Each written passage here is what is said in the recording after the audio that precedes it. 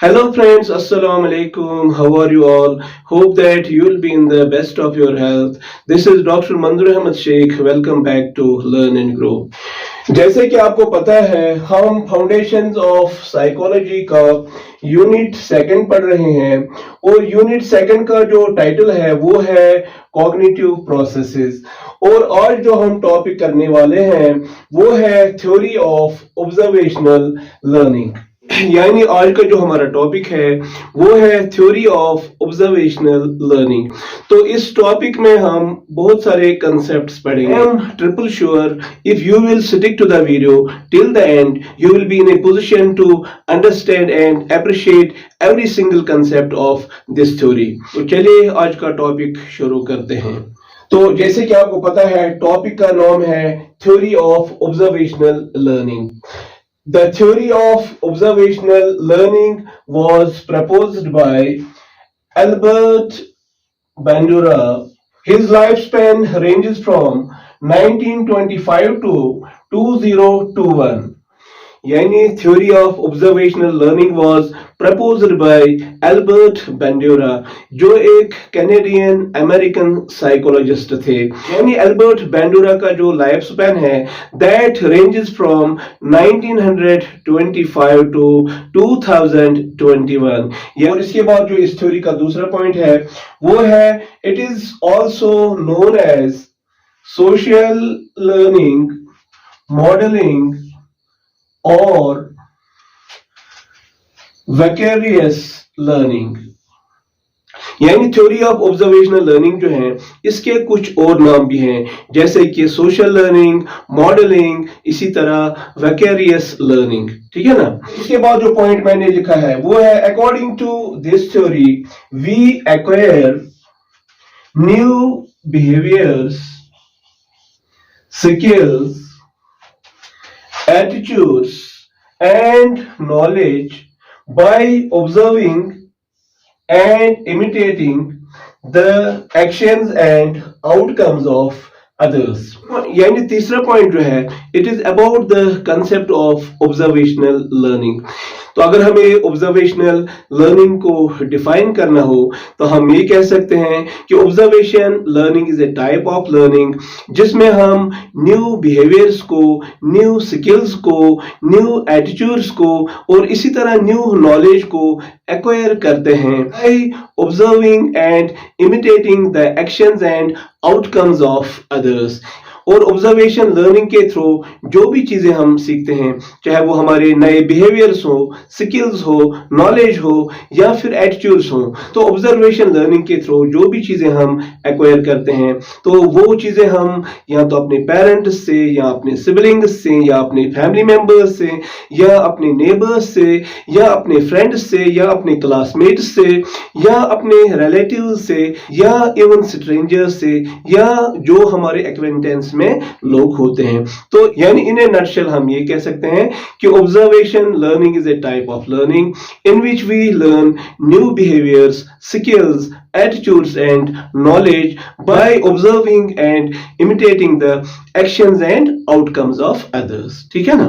चलिए अब हम फोर्थ पॉइंट पे आते हैं।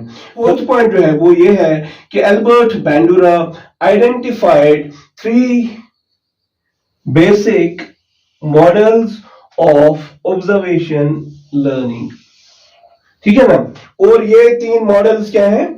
पहला है ए लाइव मॉडल, दूसरा है ए सिंबॉलिक मॉडल और तीसरा है ए वर्बल इंस्ट्रक्शनल मॉडल।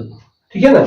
यानी एल्बर्ट बेंडूरा जो है ही identified 3 basic models of observational learning. तो पहला मॉडल क्या है? तो पहला मॉडल है ए लाइव मॉडल, और सेकंड मॉडल जो है वो है ए सिंबॉलिक मॉडल और थर्ड मॉडल जो है वो है ए वर्बल इंस्ट्रक्शनल मॉडल। तो चलिए अब हम इन मॉडल्स को वन बाय वन डिस्कस करते हैं। तो चलिए पहले हम लाइव मॉडल के बारे में बात करते हैं। यानी मॉडल उस शख्स को कहते हैं जो कोई बिहेवियर शो करता है, जो कोई बिहेवियर डिस्प्ले करता है और लोग उसके बिहेवियर को पहले ऑब्जर्व करते हैं और उसके बाद उसको इमिटेट करते हैं, यानी उसकी नकल उतारते हैं। ठीक है ना, तो उसको मॉडल कहते हैं। एल्बर्ट बैंडोरा का मानना यह था कि हम लाइव मॉडल से भी बहुत सारी चीजें लर्न करते हैं, observing and imitating their behaviours. तो चलिए अब हम लाइव मॉडल को क्विकली एक एग्जांपल से समझने की कोशिश करते हैं। यानी लाइव मॉडल में ये होता है कि एक रियल पर्सन होता है हमारे सामने और वो कोई बिहेवियर डिस्प्ले करता है और उसके बाद हम उसके बिहेवियर को ऑब्जर्व करते हैं और ऑब्जर्वेशन के बाद हम उसको इमिटेट करते हैं या उसकी नकल उतारते हैं। तो चलिए अब हम सिंबॉलिक मॉडल के बारे में बात करते हैं। तो अकॉर्डिंग टू एल्बर्ट बैंडोरा हम सिंबॉलिक मॉडल के थ्रू भी बहुत सारे नए बिहेवियर्स, बहुत सारी नई स्किल्स, बहुत सारे नए एटीट्यूड्स, बहुत सारी नई नॉलेज एक्वायर करते हैं। ठीक है ना, सिंबॉलिक मॉडल जो है ये एक रियल या फिक्शनल कैरेक्टर होता है। सिंबॉलिक मॉडल्स जो हैं इनके बिहेवियर्स हमें या तो बुक्स में पढ़ने को मिलते हैं या फिर मूवी एंड टेलीविजन प्रोग्राम्स में देखने को मिलते हैं या फिर ऑनलाइन मीडिया में देखने को मिलते हैं। तो चलिए अब हम देखते हैं कि हम सिंबॉलिक मॉडल के थ्रू कैसे चीजों को एक्वायर करते हैं, कैसे चीजों को लर्न करते हैं। फॉर एग्जाम्पल एक बच्चा जो है वो एक कॉस्मिक बुक पढ़ रहा है और उस कॉस्मिक बुक में इस बच्चे को बहुत सारे कैरेक्टर्स पढ़ने को मिलते हैं। तो उन्हीं में से एक कैरेक्टर सुपर हीरो का होता है। तो वो उस सुपर हीरो के कैरेक्टर से बहुत ही मुतासिर होता है, खासकर उसकी ऑनेस्टी और उसकी ब्रेवरी से। तो इस कॉस्मिक बुक को पढ़ने के बाद बच्चा ये डिसाइड करता है कि मैं अपनी लाइफ सुपर हीरो की तरह गुजारूंगा। तरह जो सुपर हीरो है वो इस बच्चे के लिए एक सिंबॉलिक मॉडल बन गया। ठीक है ना, तो चलिए अब हम वर्बल इंस्ट्रक्शनल मॉडल के बारे में बात करते हैं। यानी इसका मतलब यह है कि कभी हम चीजों को सिर्फ वर्बल इंस्ट्रक्शन के थ्रू ही सीख लेते हैं। यानी वर्बल इंस्ट्रक्शनल मॉडल में सिंपली ये होता है कि अदर पर्सन हमें इंस्ट्रक्शंस देता है किसी चीज के बारे में by making use of words without giving any physical demonstration. तो चलिए अब हम वर्बल इंस्ट्रक्शनल मॉडल को क्विकली एक एग्जाम्पल से समझने की कोशिश करते हैं और देखते हैं कि कैसे हम वर्बल इंस्ट्रक्शंस के थ्रू भी चीजों को सीख सकते हैं। फॉर एग्जाम्पल एक पर्सन है, वो कोई पर्टिकुलर डिश बनाना चाहता है। मान लीजिए कि वो शाही पनीर बनाना चाहता है, लेकिन उसको ये पता नहीं है कि शाही पनीर का डिश जो है उसको कैसे बनाया जाता है। तो उसके बाद वो अपने फ्रेंड को कांटेक्ट करता है और उसको इस चीज के बारे में बताता है। उसका फ्रेंड जो है वो एक एक्सपीरियंस्ड कुक होता है और वो फिर उसको स्टेप बाय स्टेप बताता है कि शाही पनीर को आप कैसे बना सकते हैं और उसके बाद ये उन स्टेप्स को याद रखता है जो इसके फ्रेंड ने फोन पे इसको बताए हैं। बाद में ये शाही पनीर का डिश बनाता है। तो इस तरह हमने इस एग्जांपल में देखा कि हम वर्बल इंस्ट्रक्शंस के थ्रू भी चीजों को लर्न कर सकते हैं, तो without going through any physical demonstration. I hope कि यहाँ तक जितने भी कंसेप्ट हमने डिस्कस किए उनको आपने अच्छे से अंडरस्टैंड किया होगा। तो चलिए अब हम वकेरियस लर्निंग का जो कंसेप्ट है उसको डिस्कस करते हैं। वकेरियस लर्निंग को अगर हमें डिफाइन करना हो तो हम कह सकते हैं it is a type of observational learning that involves learning from the experiences and outcomes of others. यानी वकेरियस लर्निंग ऑब्जर्वेशन लर्निंग की एक टाइप है। वकेरियस लर्निंग के थ्रू हम दूसरों की एक्सपीरियंसेस से इनडायरेक्टली चीजों को सीख लेते हैं, इनडायरेक्टली चीजों को एक्वायर करते हैं, चाहे वो कोई नया बिहेवियर हो, चाहे वो कोई भी एक्सपीरियंस हो। इसी तरह हम वकेरियस लर्निंग के थ्रू दूसरों की जो एक्शंस हैं और उन एक्शंस के जो कॉन्सिक्वेंसेस हैं उनसे भी बहुत सारी चीजें सीख लेते हैं। इसी तरह हम वकेरियस लर्निंग के थ्रू दूसरों की सक्सेस जो है उससे इंस्पायर होते हैं। वैकेरियस लर्निंग में जब दूसरे लोगों को किसी काम पे रिवॉर्ड मिलता है, एप्रिसिएशन मिलता है, हम भी उस काम को करने के लिए इंस्पायर हो जाते हैं। इसी तरह अगर किसी को पुनिशमेंट मिलता है तो हम उससे भी सबक हासिल करते हैं। हम वो गलती जो उस शख्स ने की है उस गलती से हम अपने आप को बचाते हैं। तो चलिए अब हम स्टेज ऑफ ऑब्जर्वेशन लर्निंग के बारे में बात करते हैं। तो ऑब्जर्वेशन लर्निंग के 4 स्टेजेस हैं। Attention, number second retention, number third reproduction and number fourth motivation. अगर हम ऑब्जर्वेशन लर्निंग की बात करें तो ऑब्जर्वेशन लर्निंग के लिए इन चारों स्टेजेस का होना बहुत जरूरी है। यानी without going through these 4 stages observation learning can not happen. यानी ऑब्जर्वेशन लर्निंग में एक ऑब्जर्वर होता है और एक मॉडल होता है, या हम कह सकते हैं ऑब्जर्वेशन लर्निंग में एक लर्नर होता है और एक मॉडल होता है। अब हम देखते हैं कि ऑब्जर्वेशन लर्निंग में ये स्टेजेस कैसे काम करती हैं। तो फॉर एग्जांपल अटेंशन में क्या होता है कि लर्नर जो है वो मॉडल के बिहेवियर को अटेंड करता है, उसको फोकस ऑफ अटेंशन बनाता है। यानी हम ये कह सकते हैं अटेंशन की वजह से ये पॉसिबल है कि वो मॉडल के बिहेवियर को ऑब्जर्व कर सकता है। ठीक है ना। तो अटेंशन के बाद जो दूसरी स्टेज है वो है रिटेंशन। तो यानी रिटेंशन स्टेज में ये होता है कि लर्नर ऑब्जर्वर बिहेवियर को अब रिटेन करने की कोशिश करता है, उसको रिमेंबर करने की कोशिश करता है। ठीक है ना।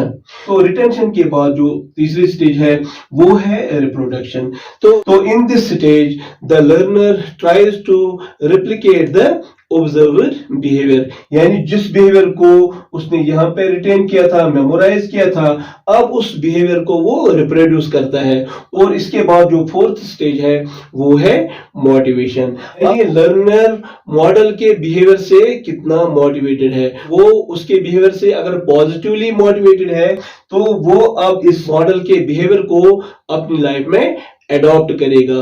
अगर वो मॉडल के बिहेवियर से पॉजिटिवली मोटिवेटेड नहीं है तो वो मॉडल के बिहेवियर को फिर एडॉप्ट लाइफ में नहीं करेगा। तो इस तरह हमने देखा कि ऑब्जर्वेशन लर्निंग के लिए इन चारों स्टेजेस का होना बहुत ही जरूरी है। All these stages are equally important as far as the observation learning is concerned. अब चलिए अब हम डिफरेंट एक्सपेरिमेंट्स के बारे में बात करते हैं जो एल्बर्ट बैंडोरा और उसके एसोसिएट्स ने कंडक्ट किए थे फ्रॉम टाइम टू टाइम। पहला एक्सपेरिमेंट जो है वो 1961 में कंडक्ट किया गया था। दूसरा एक्सपेरिमेंट जो है वो 1963 में कंडक्ट किया गया था और तीसरा एक्सपेरिमेंट जो है वो 1965 में कंडक्ट किया गया था। और ये एक्सपेरिमेंट्स जो हैं यही थ्योरी ऑफ ऑब्जर्वेशन लर्निंग के लिए बेस बने। तो इन्हीं एक्सपेरिमेंट्स की वजह से थ्योरी ऑफ ऑब्जर्वेशन लर्निंग वजूद में आई। ठीक है ना। तो चलिए अब हम इन एक्सपेरिमेंट्स को वन बाय वन डिस्कस करते हैं। जैसे कि मैंने आपको बताया एल्बर्ट बैंडोरा और उसके जो एसोसिएट्स थे उन्होंने 3 एक्सपेरिमेंट्स किए थे। Experiment number 1, experiment number 2 and experiment number 3। यानी एल्बर्ट बैंडोरा और उसके जो एसोसिएट्स थे उन्होंने 3 एक्सपेरिमेंट्स कंडक्ट किए और ये सभी एक्सपेरिमेंट्स प्रीस्कूल चिल्ड्रन पे किए गए थे और उन प्रीस्कूल चिल्ड्रन की एज जो थी that was between 3 to 6 years. तो चलिए अब हम इन एक्सपेरिमेंट्स को वन बाय वन डिस्कस करते हैं। तो पहला एक्सपेरिमेंट जो है ये 1961 में कंडक्ट किया गया था। पहले मैं आपको ये बताना चाहूंगा कि इस एक्सपेरिमेंट में कौन कौन से लोग शामिल थे। तो इस एक्सपेरिमेंट में एल्बर्ट बैंडोरा और उसके एसोसिएट्स थे और इसके अलावा इस एक्सपेरिमेंट में प्रीस्कूल चिल्ड्रन थे जो इस एक्सपेरिमेंट में एज सब्जेक्ट्स पार्टिसिपेट कर रहे थे और इसके अलावा इसमें एक एडल्ट मॉडल था और इसके अलावा इसमें एक बोबो डॉल थी। यानी बोबो डॉल जो है ये एक डॉल थी जिसका नाम बोबो था। तो अगर हम बोबो डॉल के फीचर्स के बारे में बात करें, बोबो डॉल की हाइट जो है वो 5 फीट होती है। यानी बोबो डॉल यूजुअली 5 फीट टॉल होती है और बोबोडॉल जो है वो ह्यूमंस की तरह राउंड शेप्ड होती है। और बोबोडॉल के जो फेशियल एक्सप्रेशंस होते हैं वो बिल्कुल फ्रेंडली होते हैं। और इसके अलावा बोबोडॉल में ईयर फिल किया जा सकता है, तो ईयर की वजह से उसमें बाउंसी फीचर आ जाता है। यानी अगर हम बोबोडॉल को ऐसे पंच करेंगे तो वो पंच करने के बाद बाउंस बैक होती है, ठीक है ना। बोबोडॉल का एक फीचर ये भी है कि वो वेटेड बेस होती है। तो चलिए अब हम पहले एक्सपेरिमेंट को डिस्कस करते हैं। पहला एक्सपेरिमेंट जो है, जैसे कि मैंने बताया, ये 1961 में कंडक्ट किया गया था। In this experiment preschool children observed an adult model behaving aggressively towards the Bobo doll. तो चलिए अब हम इस एक्सपेरिमेंट को डिस्कस करते हैं। ये एक्सपेरिमेंट एक रूम में कंडक्ट किया गया। वहां पे एल्बर्ट बांडुरा और उसके एसोसिएट्स थे। वहां पे एक एडल्ट मॉडल और बोबो डॉल थी, और वहां पे प्रीस्कूल चिल्ड्रन भी थे। और ये प्रीस्कूल चिल्ड्रन जो है ये उसमें एज सब्जेक्ट्स पार्टिसिपेट कर रहे थे। उसके बाद जब एक्सपेरिमेंट शुरू हुआ तो इसमें जो एडल्ट मॉडल थे उसने बोबो डॉल के साथ एग्रेसिवली बिहेव करना शुरू किया। यानी कभी वो उसको पंच करता था, कभी वो उसको हिट करता था, कभी वो उसको उस बोबो डॉल को हाथों से उठा के एयर में फेंकता था, और कभी ये एडल्ट मॉडल इस बोबो डॉल को नीचे फेंकता था, और उसके बाद उसको खूब बीट करता, खूब पिटाई करता। और इस कमरे में जो प्रीस्कूल चिल्ड्रन थे वो इस एडल्ट मॉडल के एग्रेसिव बिहेवियर को बराबर देख रहे थे, उसके एग्रेशन को वो बराबर ऑब्जर्व कर रहे थे, ठीक है ना। तो और जब एक्सपेरिमेंट इख्तिताम को पहुंचा उसके बाद इन बच्चों को, इन प्रीस्कूल चिल्ड्रन को अलग से ये अपॉर्चुनिटी प्रोवाइड की गई कि वो बोबो डॉल के साथ खेलें। और एल्बर्ट बैंडुरा और उसके जो एसोसिएट्स हैं उन्होंने इस चीज को नोटिस किया, इस चीज को ऑब्जर्व किया कि बच्चे भी वैसे ही उस बोबो डॉल के साथ एग्रेसिवली पेश आ रहे हैं जैसे कि एडल्ट मॉडल एक्सपेरिमेंट के दौरान इस बोबो डॉल के साथ एग्रेसिवली पेश आया था। तो इस तरह हमने इस एक्सपेरिमेंट के थ्रू ये समझा कि बच्चों को जब एग्रेसिव बिहेवियर को एक्सपोज किया गया तो उन्होंने एग्रेसिव बिहेवियर ही सीख लिया। तो चलिए अब हम एक्सपेरिमेंट नंबर 2 पे आते हैं। In this variation a non-aggressive model played calmly with the Bobo doll.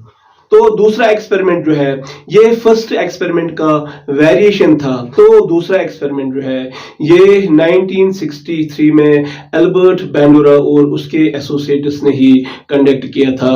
यानी इसमें सभी चीजें सेम थी जो पहले एक्सपेरिमेंट में थी, लेकिन यहाँ पे सिर्फ एक वेरिएशन थी, एक चेंज थी, और वो वेरिएशन ये थी कि इसमें जो एडल्ट मॉडल है उसने इस एक्सपेरिमेंट में नॉन एग्रेसिवली बिहेव किया बोबो डॉल के साथ। यानी इस एक्सपेरिमेंट में उसने कोई एग्रेशन नहीं दिखाया, बल्कि वो नॉन एग्रेसिव रहे थ्रू आउट द एक्सपेरिमेंट।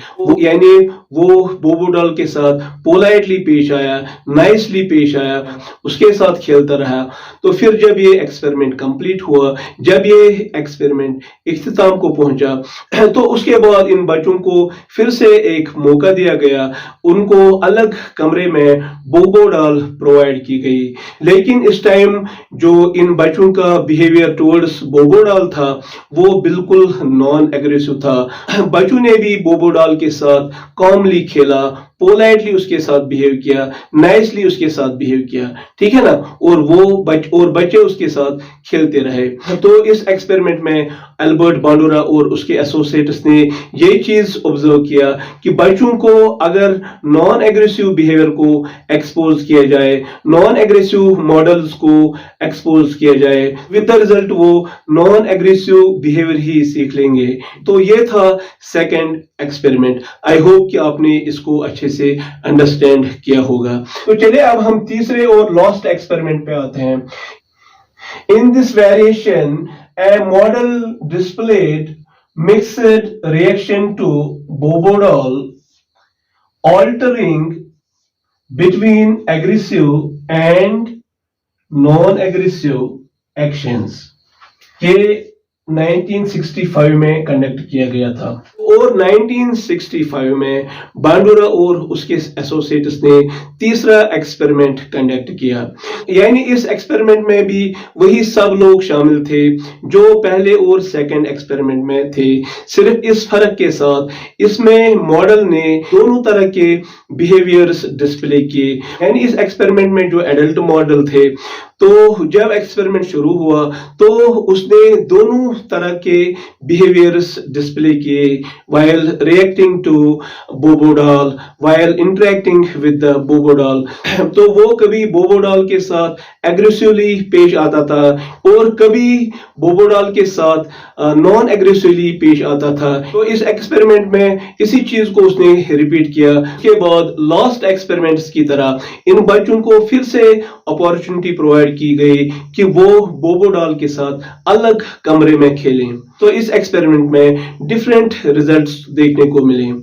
यानी इन बच्चों में कुछ बच्चों ने एग्रेसिव बिहेवियर डिस्प्ले किया, यानी वो बोबो डॉल के साथ एग्रेसिवली पेश आए, और कुछ बच्चों ने नॉन एग्रेसिव बिहेवियर डिस्प्ले किया, यानी बोबो डॉल के साथ वो नॉन एग्रेसिवली पेश आए। और कुछ बच्चे ऐसे थे जिन्होंने मिक्स्ड रिएक्शन दिखाई, यानी उन्होंने एग्रेसिव और नॉन एग्रेसिव बिहेवियर दोनों को इख्तियार किया। कभी वो बोबो डॉल के साथ एग्रेसिवली पेश आते थे और कभी नॉन एग्रेसिवली, इसके बावजूद भी कि वो दो बिहेवियर्स आपस में कंट्राडिक्टरी हैं। तो यही वो तीन एक्सपेरिमेंट्स हैं जिनके बेसिस पे थ्योरी ऑफ ऑब्जर्वेशन लर्निंग वजूद में आई। आई होप कि आपने आज के टॉपिक को अच्छे से अंडरस्टैंड किया होगा। Now I have top 3 questions for you. I hope कि आप इन क्वेश्चंस को ऑनेस्टली आंसर करेंगे, और इन टॉप 3 क्वेश्चंस के जो आंसर्स हैं वो मैं डिस्क्रिप्शन बॉक्स में प्रोवाइड करूंगा। These 3 questions are designed to test your understanding about this very topic। पहला क्वेश्चन जो है वो ये है, who proposed the theory of observational learning, और दूसरा क्वेश्चन जो है वो ये है कि what are the various names of observational learning। तीसरा और आखिरी क्वेश्चन ये है कि what are the 4 stages of observational learning। ठीक है ना। तो आज के लिए बस इतना ही।